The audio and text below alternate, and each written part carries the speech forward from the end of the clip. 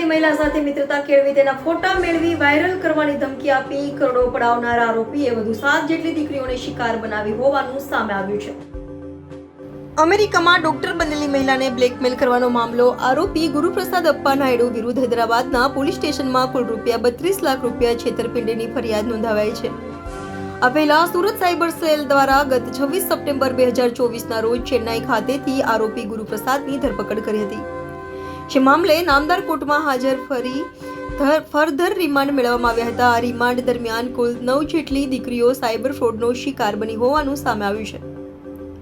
જેમાં હૈદરાબાદની એક દીકરીએ આરોપી વિરુદ્ધ હૈદરાબાદ પોલીસ સ્ટેશનમાં ફરિયાદ નોંધાવી છે। આ પહેલા ફરિયાદી મહિલાએ આરોપી વિરુદ્ધ સુરત સાયબર સેલ પોલીસ સ્ટેશનમાં ફરિયાદ નોંધાવી હતી। સુરતની ફરિયાદી ડોક્ટર મહિલા સાથે આરોપીએ ₹1.89 કરોડની છેતરપિંડી કરી હતી, જે મામલે તપાસ ચાલી રહી હતી।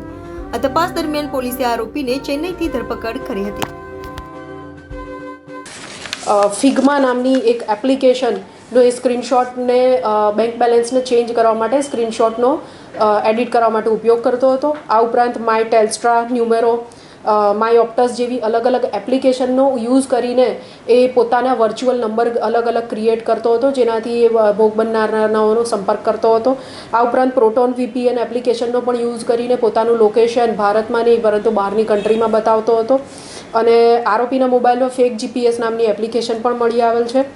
અને આ ઉપરાંત મહિલાઓનો સંપર્ક સાધવા માટે બીજી પણ એમોનો ઉપયોગ કરતો હતો, જેમ કે ગૂગલ પરથી સારા એવા બંગલોઝ અને ફ્લેટ્સ લક્ઝરિયસ હોય એના ફોટા ડાઉનલોડ કરીને ફેસબુક પર અલગ અલગ જે ગ્રુપ હોય છે ફ્લેટમેટ્સ વગેરે એની અંદર પણ એ આ પોતાને ફ્લેટમેટ જોઈએ છે અને પોતે ફિમેલ છે એ રીતે પોઝ કરીને આ એકાઉન્ટ્સ ઉપર એ પોસ્ટ કરતો હતો આ ઘરના ફોટા કે મારે ફ્લેટમેટ જોઈએ છે। એ મારફતે જે છોકરીઓ તેના સંપર્કમાં આવે એમને કોઈ ફ્લેટ વગેરે ન બતાડે અને એના પછી એનો સંપર્ક સધાય પછી નાણાકીય મદદ કરવા માટેનું તૈયારી બતાવતો અને સાથે સાથે પછી એ પૈસા આપવા માટે પણ લોન પ્રોસેસ કરાવવા માટે મારે પૈસા જોઈશે, આટલો ટેક્સ લાગશે, એ રીતના પણ એણે અલગ અલગ ફ્રોડ કરેલ છે। આ હજુ અત્યારે આરોપીના રિમાન્ડ પૂરા થયેલ છે અને સાયબર સેલ દ્વારા આગળની જે કાયદાકીય કાર્યવાહી અને તપાસ ચાલુ છે।